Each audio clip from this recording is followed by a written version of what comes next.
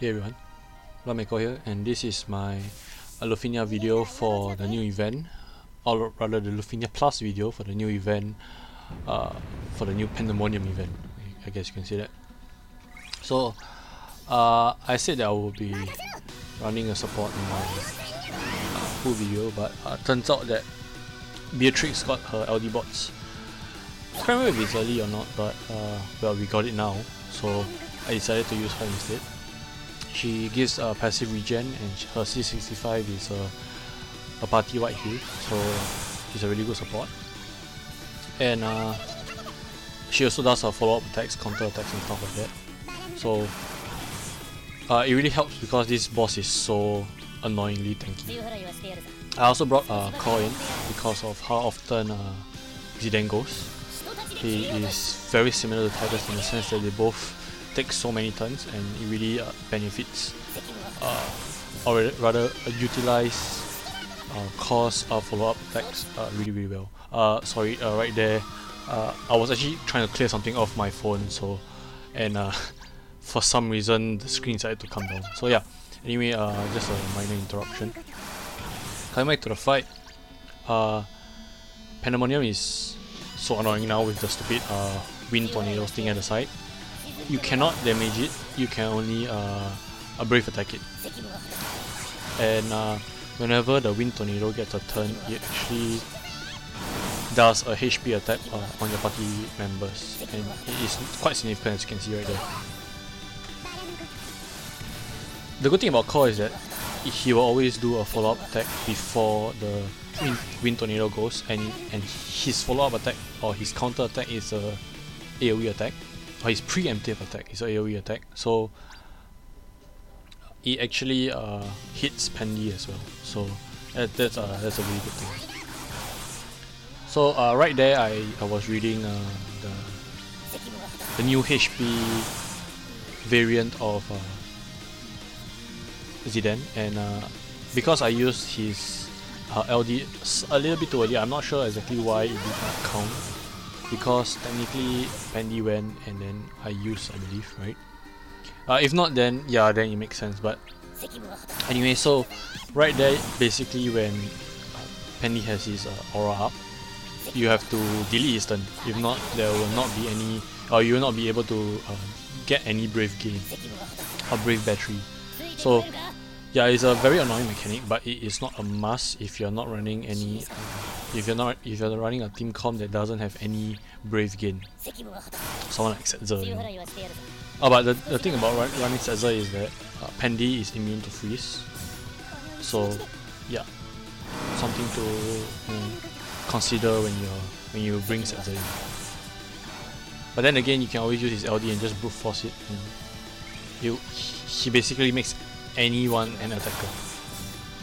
And the only issue, in fact, he will actually be really good because Pandy becomes super tanky towards the end. I believe at the end, when he had 1% turn, I just couldn't kill it for some reason. Sorry, 1%. I just couldn't kill it for some reason. I took so many turns just trying to kill it. It was pretty annoying actually. Because of the brave reduction, the defense up that it gains, you know, the usual stat boost towards the end of the fight.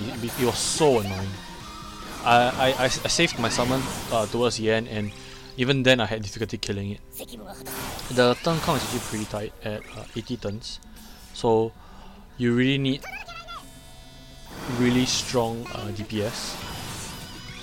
My team, I actually just brought Zidane as my DPS. Core and Beatrix is more of a support than a DPS. So if you can, you might want to bring preferably 2, just so that you can kill Pandy faster. So right there you see the aura, and that's the good thing about bringing Core, is that Core himself and whoever he links to will not be broken, basically. And here's actually one of the reasons why I think that I had difficulty killing Pandy was, or rather I was struggling to kill Pandy was, first of all, look at the burst damage, it was pathetic. And second of all, I brought my friend support in a bit early.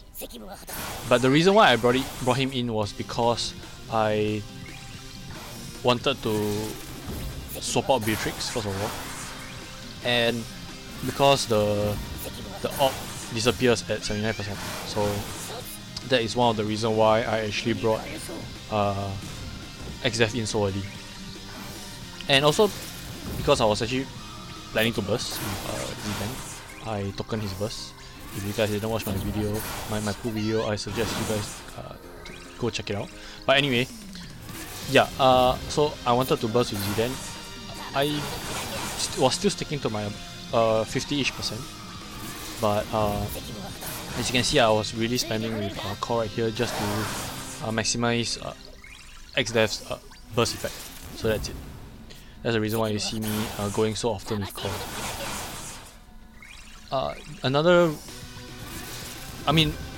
The other reason why I brought XDEF in was because look at the turn order. For some reason, after Pandy removes his AoE, he becomes slower. I'm not sure if he becomes slower or he delays himself or whatever the case is. My party members actually go really often. It could be because Zidane actually stole his turn with the HP variant of his LD, and this is actually a really good time because basically you want your party members to go often while XDEF just going once or twice, just so that you can really use his burst effect. So right here I was actually trying to get him down to as low as possible before I burst, which I believe is now, right here. Basically because there was no other time for me to... I can't delay the burst any longer. So Zidane with his rework is pretty interesting.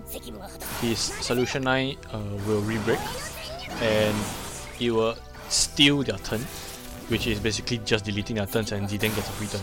That's it. So yeah, he is really good for this fight. This fight is catered towards him in the sense that one of the requirement is that when one of your party members actually gains a buff, whether it is giving to another party member or just buffing himself, the AoE count will go up by 1, so basically it will not tick down. And that if he loses a turn, which is Square Enix's way of saying delete the turn, then he will basically get 10 counts of the AoE. So it's essentially just trying to tell you to not let Pandy get a turn, basically, that's it.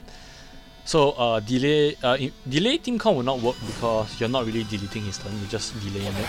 But delete team comps will be, well, they'll be king here basically.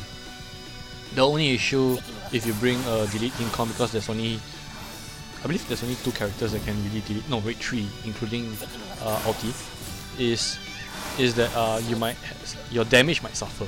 So yeah, and while you see that I am actually killing Pandy quite fast, he becomes really tanky towards the end of the fight because of the damage reduction. So yeah, don't be fooled by how much damage you're doing in the initial part of the fight. In fact, even towards the end of the fight, at around 29% was when I felt the difference.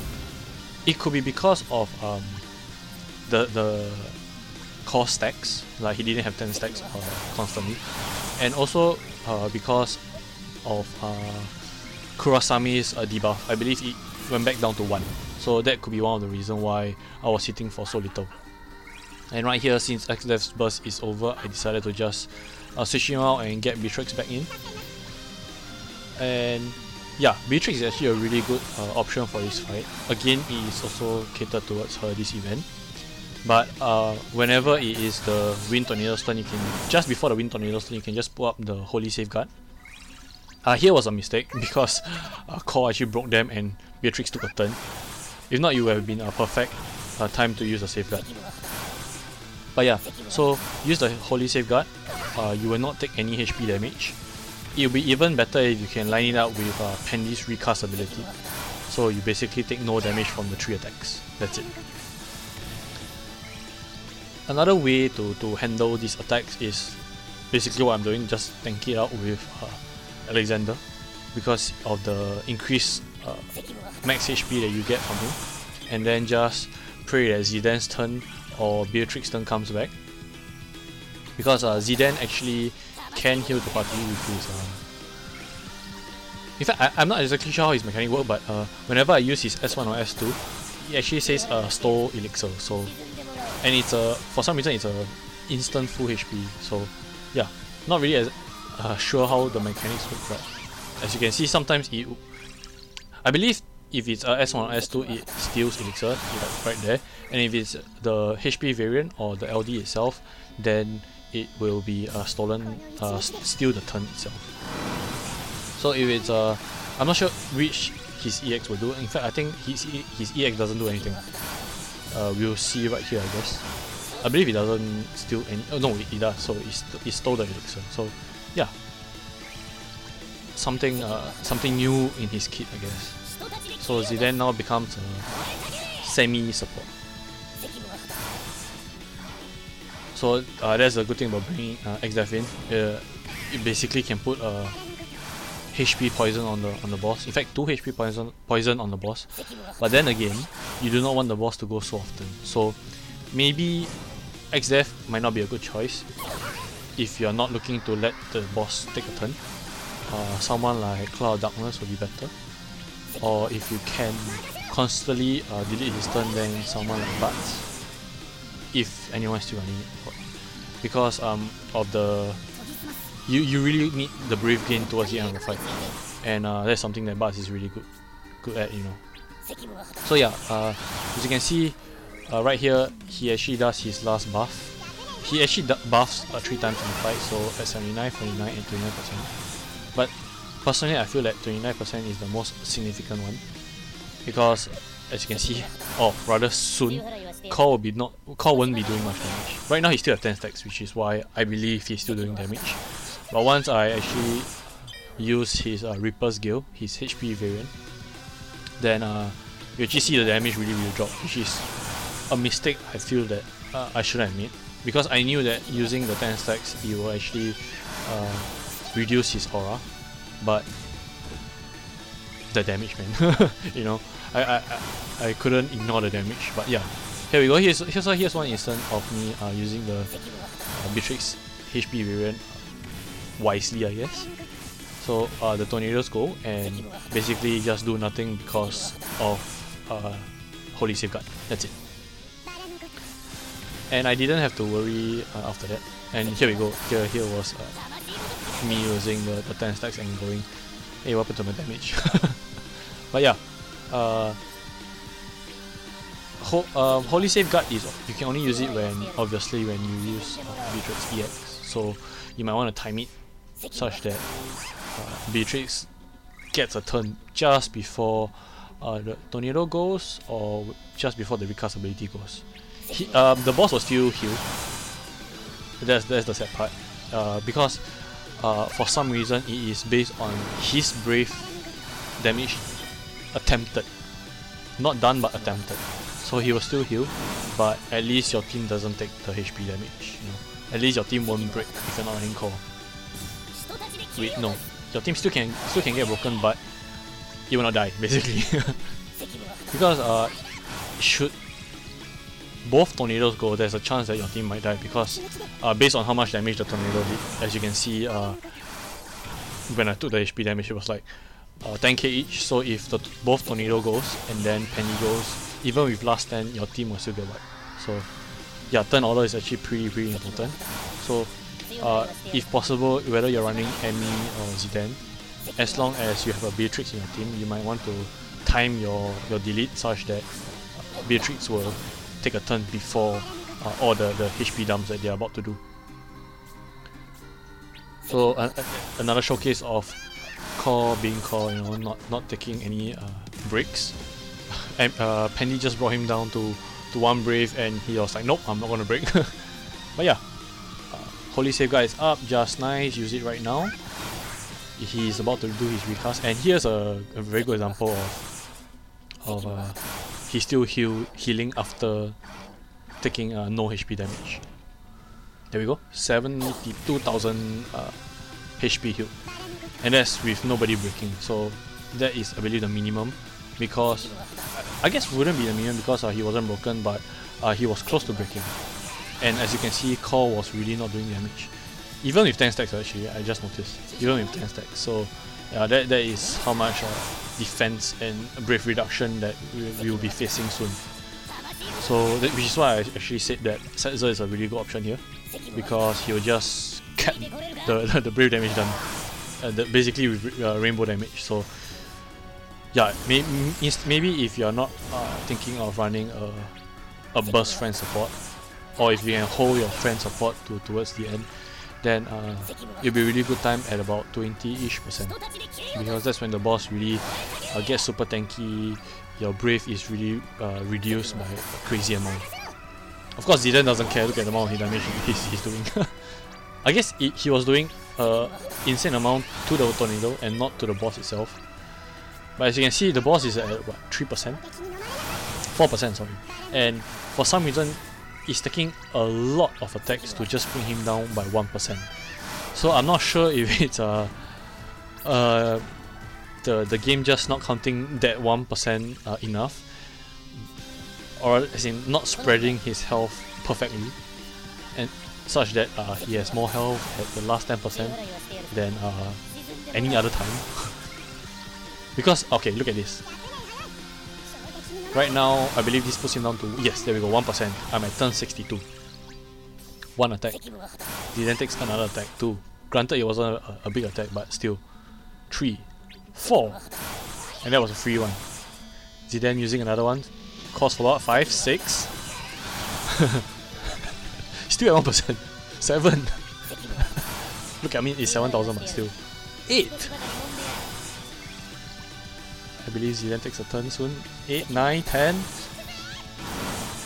I use Jack's Call. 11 attacks, and he's still at 1%. So it's kind of ridiculous how much defense that he has. Look at Beatrix's pathetic EX. That was sad. So that was what, 12, 13? I can't lost count already. And I think that was this is it. Yeah, there we go.